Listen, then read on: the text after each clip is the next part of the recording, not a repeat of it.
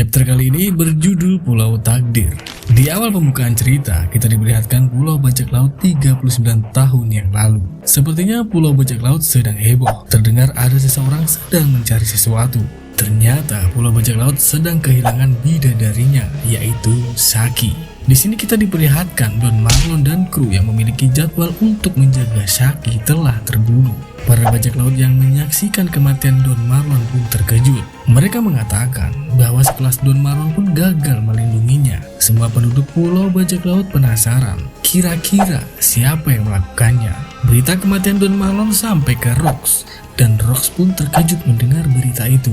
Gak cuma Rox, terlihat Newgate juga kesal dengan berita itu. Bukan masalah kematian Don Marlonnya yang bikin mereka kesal, tapi Saki yang katanya milik bersama akhirnya hilang dari Pulau Bajak Laut. Masih di luar dugaan, penculikan dalam semalam itu tidak meninggalkan jejak sedikit pun. Terlihat Gloriosa pun ikut menangis. Semua bajak laut yang ada di pulau itu merasakan marah, sedih, dan cemas atas hilangnya Saki. Tidak butuh waktu lama, berita itu pun menyebar luas sampai Roger pun ikut marah dan mengatakan, si Rox keparat itu apa saja yang ia lakukan akan kuhabisi dia.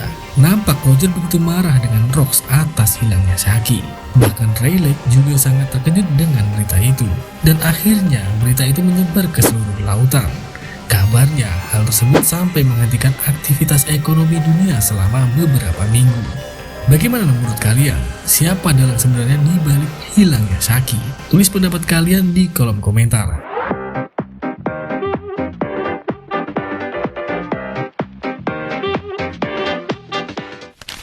Lalu cerita beralih ke West Blue, God Valley, 1 tahun setelah tragedi penculikan Saki. Di sini kita menyaksikan ada seorang wanita mengatakan kepada Garling, "Garling, aku senang sekali," ucapnya. Wanita itu ternyata istrinya Garling. Lalu ia pun memberitahu Sheng dan Shamrock bahwa Garling adalah ayah mereka. Lalu Garling mengatakan, "Anak kembar ya?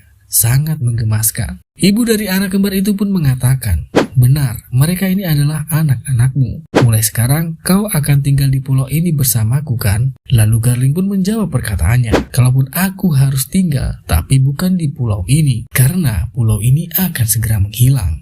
Istri Garling pun terlihat kaget dan bingung dengan maksud perkataan Garling. Garling pun mengatakan kalau dia sudah mempersiapkan istri yang pantas, dan aku akan mendapatkannya setelah memenangkan turnamen ini, ucap Garling. Istrinya pun terlihat kebingungan. Lalu panel memperlihatkan Garling langsung membunuhnya.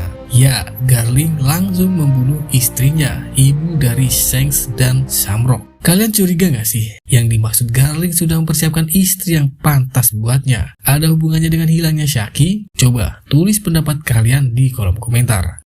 Lanjut ke cerita. Di sini Garling langsung mengatakan, lanjutkan persiapannya. Terdengar jawaban dari pasukan. Siap, kami telah mendarat. Terlihat warga pun panik. Kenapa tiba-tiba pasukan pemerintah dunia berdatangan?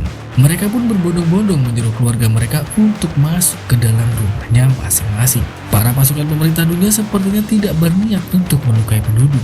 Mereka hanya menggunakan peluru bius. Sepertinya pemerintah dunia berupaya untuk mengosongkan pulau itu untuk alasan turnamen. Terlihat ada seorang prajurit bertanya kepada mayor mereka, "Sebenarnya apa tujuan dari misi kita ini?" Sang mayor pun menjawab, "Ini adalah latihan dan anak baru sepertimu terlalu cepat menanyakan hal seperti itu." Namun benarkah ini hanya latihan seperti yang dikatakan sang mayor? Atau ada misi rahasia yang sengaja ditutupi dari para prajurit baru? Apakah dugaan kita ini sebagai pengosongan pulau atau pengungsian penduduk karena akan ada turnamen itu benar? Di sini penduduk Pulau God Valley pun masih terlihat kebingungan. Sebenarnya ada apa ini? Apakah terjadi sesuatu? Suasana pun berubah menjadi kepanikan yang luar biasa. Dan kita melihat sosok Monkey the Dragon yang masih menjadi pasukan pemerintah dunia bertanya kepada pemimpinnya di kala itu, bukankah mereka hanya penduduk biasa? Dan pimpinannya pun mengatakan kepada Dragon, "Jangan banyak tanya. Kerjakan apa yang sudah ditugaskan." Kita di sini bisa melihat sisi kemanusiaan Dragon. Dragon nampaknya ragu dengan tugas yang diembannya. Tapi Dragon meyakini kalau ini hanya peluru bius, jadi tidak akan membunuh warga sipil. Lalu Dragon mengatakan kepada warga sipil kalau dia tak akan menembaknya jika mereka bersedia ditangkap. Tapi kelihatannya para warga pun sudah terlalu panik dan ingin pergi dari pulau ini. Lalu yang terjadi, Dragon pun menembaknya hingga 2 orang terpental. Baru selesai Dragon menembak sebagian dari warga di situ, terdengar ada yang berteriak untuk segera memakai masker karena tembakan peluru gas tidur sudah ditembakkan. Lalu panel beralih ke kapal tahanan angkatan laut. Terlihat di dalam kapal tahanan pemerintah dunia ada yang sedang menyelundup. Seorang penjaga angkatan laut mencurigai sesuatu, sepertinya ada seseorang. Di dalam kapal tahanan kita diperlihatkan ada beberapa penduduk yang sedang ditahan. Sebagian dari mereka ada yang merencanakan sesuatu, ada juga yang masih cemas akan nasibnya.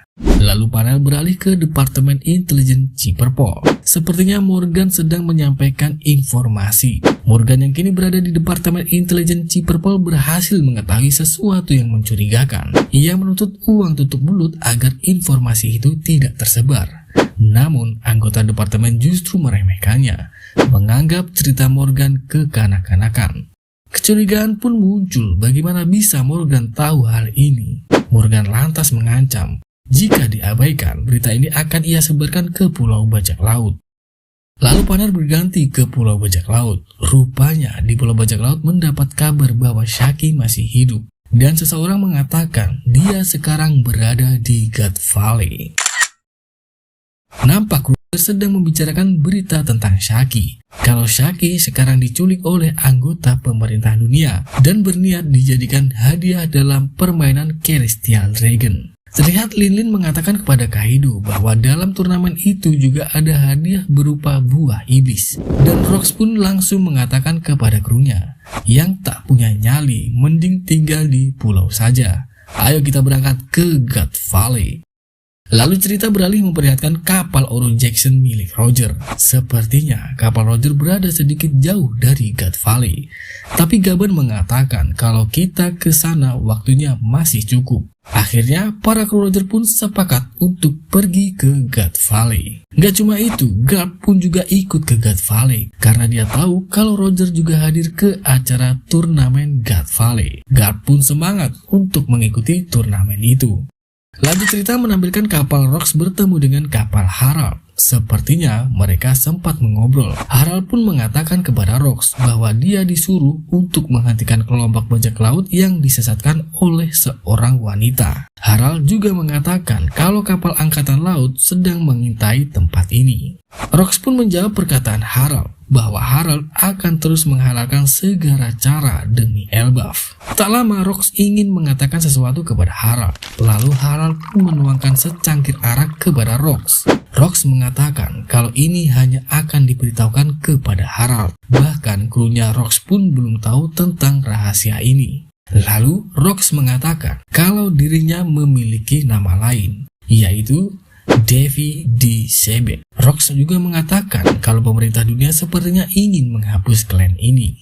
Klan yang bermula dari Devi D. Jones, seorang bajak laut legendaris, masih bertahan sampai sekarang dan berlindung di dunia gelap. Setelah itu, Rox membahas tentang anak dan istrinya. Kalau Rox sebenarnya punya anak dan istri di kampung halamannya, yaitu God Valley. Nampak Harald kaget dengan cerita Rox. Rox beranggapan pasti ada sesuatu yang sedang direncanakan oleh pemerintah dunia dengan berkedok turnamen di God Valley. Rox juga mengatakan dengan cara mereka menculik Shaki itu adalah kesalahan yang fatal. Tapi Rox tidak peduli akan hal itu. Menurut Rox, saat ini yang paling penting adalah keselamatan anak dan istrinya. Sebangsat-bangsatnya Rox, tetap dia masih memiliki hati untuk keluarganya. Beda dengan Garling, keluarga bangsawan yang malah tidak memiliki peri kemanusiaan kepada keluarganya sendiri. Oke, kita lanjut ke cerita.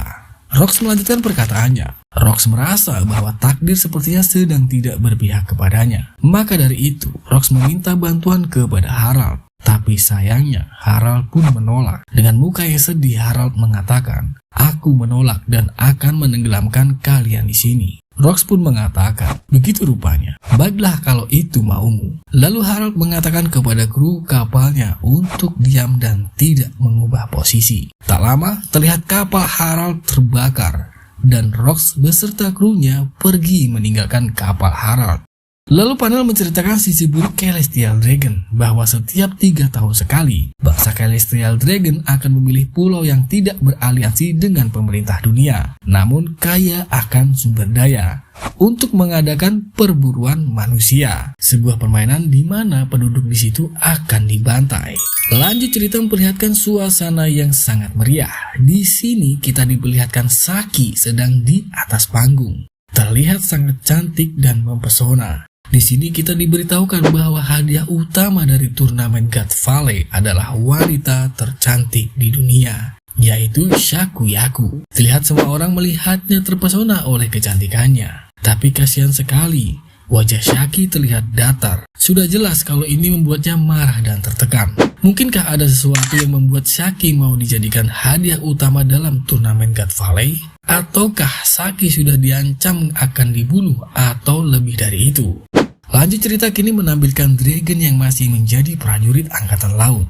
Terlihat Dragon menemukan seorang ibu dan anak yang sedang bersembunyi. Ibu itu memohon kepada Dragon agar membiarkan mereka kabur dari pulau ini. Dan ibu itu mengatakan kepada anak itu, "Teach, kemarilah, kau harus tetap bertahan hidup." Dari sini akhirnya asal-usul Teach mulai terungkap. Apakah benar yang dimaksud Rox, anak dan istrinya itu adalah mereka berdua? Para bangsawan dunia pasti sudah tahu. Selain bocah dari klan Bakendir bernama Kelinci SR yang ikut dalam turnamen kali ini, ada juga kemunculan kelompok lain yang sangat mengejutkan. Mereka adalah klan Devi, klan yang baru muncul kembali setelah menghilang selama 800 tahun. Menurut kalian, kemunculan klan Devi setelah 800 tahun ini bakal jadi sekutu atau musuh baru? Tulis pendapat kalian di komentar, jangan lupa like dan subscribe biar gak ketinggalan kelanjutan ceritanya.